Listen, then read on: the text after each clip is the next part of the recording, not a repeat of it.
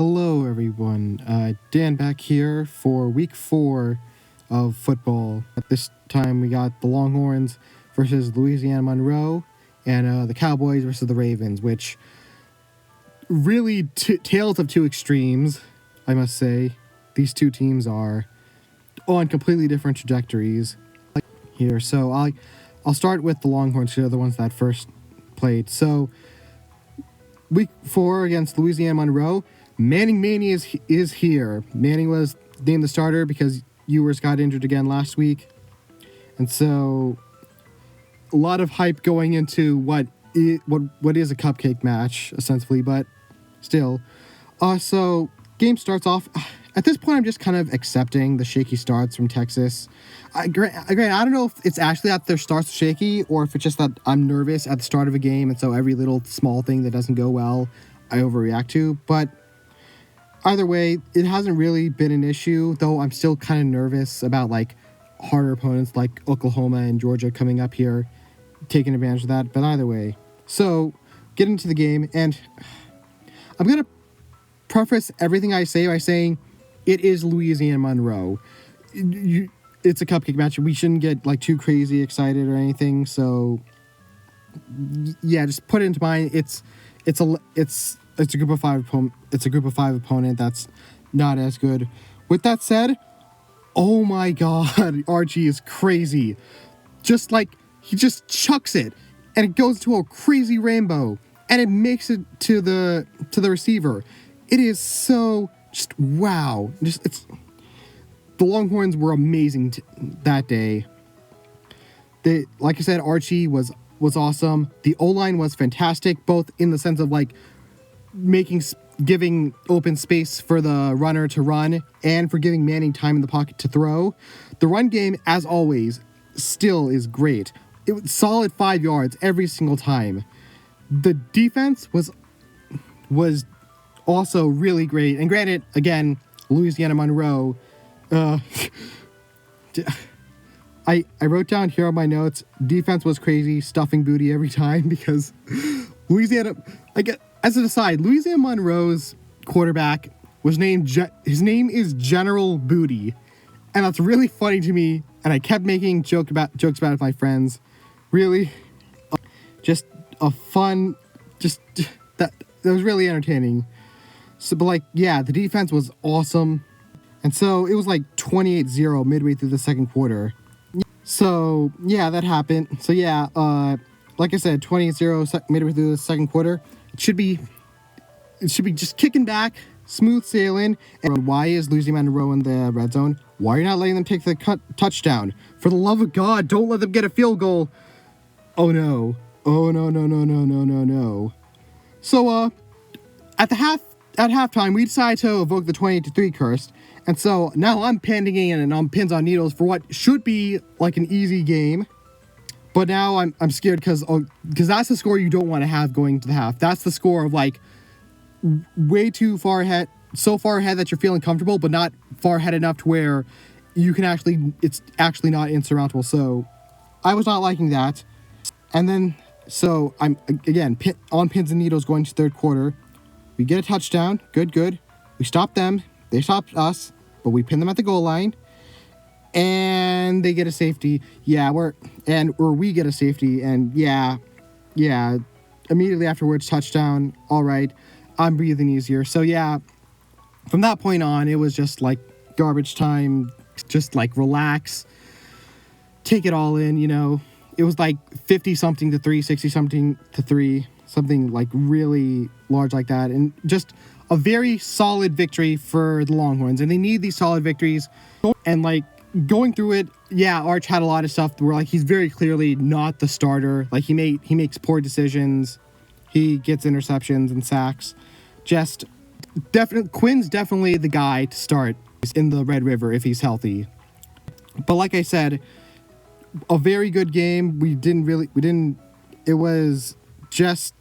everything right. We got the win. It's on to Mississippi State. Again, Arch should be starting that one. It is Mississippi State, but also, again, focus on who's right in front of you. So we got to take care of business there.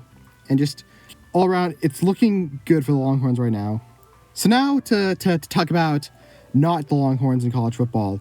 Nebraska, Illinois. I want to apologize for calling Indiana, Illinois last week in the UCLA game. My bad. Sorry about that. But anyway, Nebraska, Illinois. I only saw the second half of the game, but both teams look really solid. Unfortunately, Nebraska's cursed. So it was a back and forth game, and then we get into the fourth quarter, and it's tied. So we go into overtime, and then Nebraska's O-line folds like a cheap chair in overtime. And because, Illinois got the first score, and then Nebraska went, and then every single down, Nebraska's quarterback was running for his life because the O-line just completely folded. So, yeah, Nebraska continues to never win against ranked opponents in one-score games. Pain for Nebraska. The next game I want to talk about, I didn't watch this game, but apparently James Madison versus UNC was a scoregami, so that is awesome. I love scoregami. Scoregami is one of my favorite things in football. It's lovely. The next game I did watch, Notre Dame, Miami of Ohio. Oh God, Notre Dame looks awful. Their quarterback can't throw. They were relying pretty much solely on the run game, which for teams that are ranked and serious, relying solely on your run game is not going to work. You need to have both a run game and a passing game if you want to do that. And Notre Dame just does not have a passing game because their quarterback is just so bad at. There was this the first half of the game, there was this moment where Riley Leonard had a clear open shot at a guy, and if he makes that throw, he's going 20 yards down the field, and he just completely boxed it. It was so bad. Notre Dame is absolutely not a playoff team. I'm still shocked that they're ranked. They shouldn't be ranked. This isn't even a ranked team. But luckily for them, Miami of Ohio is 0-2 right now. So in the end, it was looking scary the first quarter because Miami of Ohio was up 3-0. But then slowly Notre Dame started chipping away, and by the end of the game it was 23 or something like that. And so they were able to beat them in the end. But still, I have zero confidence in this team. None whatsoever. Their game against Louisville is... I want to say it's not going to be pretty, but I don't know because Notre Dame likes to troll me. So next game watched, USC versus Michigan. That was an awesome game. The first half was knockout, drag-out defensive fight, but Michigan got some big run plays in between all that defensive skirmishing, and they were up 14-3. Then in the second half, USC started coming back, and they looked really good offensively. Specifically, their passing game was great. And their quarterback in particular was also specifically throwing it very well and keeping the passing game going very well. It was a close match. And then the fourth quarter, USC finally got the lead. It was looking okay, this is starting to wrap up. And it was still a very close game, but time was not on Michigan's side. And then Michigan pulled off another big run, and on a goal line stand against USC, they punched it in for the touchdown. And after that, USC didn't really do much with the ball. But with that said, it was a great game, and definitely a great welcome to the Big Ten moment for USC. So, that was the best game of the week of the week of college football. That was a really good game. I didn't watch too much on primetime because the Longhorn game was taking forever. But what I did see, Oklahoma lost to Tennessee. Also, what the heck, what the heck, Colorado beat Baylor? How? All right, so that's college football. Let's move on over to let's rip the Band-Aid off. Let's go to Cowboys Ravens. So here we go again. The Cowboys defense, okay at best, but most of the time they were atrocious. The offense was when I'm saying about the defense, that's because the offense was somehow even worse. The offense was awful. Literally, the only person that showed up to play was Brandon Aubrey. The only person in that offense that showed up. It was such a painful, miserable slog. I was feeling this team dying on the field the entire time. And by like start of the fourth quarter, it was 28-6. The only reason I was still paying attention to that game at this point was because I knew the Ravens had a propensity to choke, and so I was hoping that would allow us to catch a break here. And lo and behold, Ravens start pulling the Falcons, and they begin to choke. So Cowboys started getting back to the game, and that's the worst part. They reel you back in with this hope that'll get you to believe. And then they get faked out on a 3rd and long by Lamar Jackson to essentially steal the game. Steal the game. So the game is over. It was 28-25. And just this team is a lost cause. Their offense is just CeeDee Lamb, who's always covered. Our defense has not been the same since Mike Zimmer took over. The Cowboys are a total mess. And, like, genuinely, I'm not sure if they can make the playoffs. Like, the whole joke is that, the Cowboys make the playoffs and then immediately give up. I don't even think they can make the playoffs this year. It looks that dire. It looks that bad. And it only gets worse from here, because next we're playing the Giants on Thursday, aka with only 4 days of rest. And then once we're done with the Giants, we have to face 3 opponents who look really good right now. We have to face the Steelers, we have to face the 49ers, and we have to face the Lions. It's not looking good for the Cowboys. It really is not. They're like the exact opposite of the Longhorns right now. Longhorns are on the up and up. The Cowboys are on the downs down. Just, it's miserable. I'm in pain. This is pain.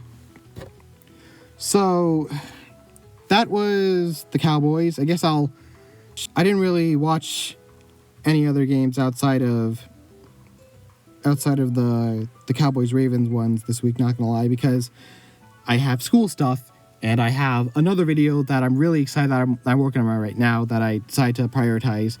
So I didn't really see much in the morning window. With that said, I did catch a little bit of the Eagles-Saints game, and both of them did not look very good, but the Eagles won. So, like, every team in the NFC East won. So yeah, not a good week to be a Cowboys fan. And then the Texans, what the heck happened? Minnesota just throttled them. That was not pretty by the Texans. I don't think it's because, like, I got a lot of people I know that are like, Texans are frauds. I don't think that's true. I think it's just a one game where they just had one bad game. With that said, Texans, please fix that. That was not a good performance. All right, so the next game I watched after that was Falcons-Chiefs, and yeah, that went about as I expected. Falcons kept it close, but, primetime Kirk Cousins and also the Kansas City Chiefs are the main characters, so yeah, that went to the Chiefs. And then Monday Night Football, I didn't really watch because I have, again, like I said, school and the video. But Jacksonville, I'm starting to regret saying that I think Jacksonville could turn it around from the collapse last year, because that was a miserable performance against Buffalo. And just, I don't know what they're gonna do. They're 0-3. It's looking bad. I don't think they're gonna fire Doug Peterson this early in the season. I think they're gonna wait till, if they fire him, they're gonna wait till once the season's done. And then the Bengals commies. I was expecting the Bengals to just throttle the commies. No, the commies won that, and like they definitively won. That was a crushing beatdown. And granted, it was high scoring on both ends, but like Bengals, you gotta stop it with this slow start ability. These are the kinds of games you wish you would have won at the end of the year when playoffs are inside. Just very not looking too good for my predictions on the wild card in the AFC. What else was there? Andy Dalton had a fantastic start for the Panthers, and 07 Lions and 2017 Browns, you can pop the champagne because the Panthers won their first game, so they are not going 0-17. But that's got to be rough for Bryce Young. That's immediately getting subbed out, and then your backup does better than you. That's I feel bad for him. That's not a good position to be in. But yeah, those are my thoughts on football, college, and professional. I guess next time is going to be Texas Longhorn versus Mississippi State, and the Cowboys versus the Giants on Thursday night. So until next time, bye.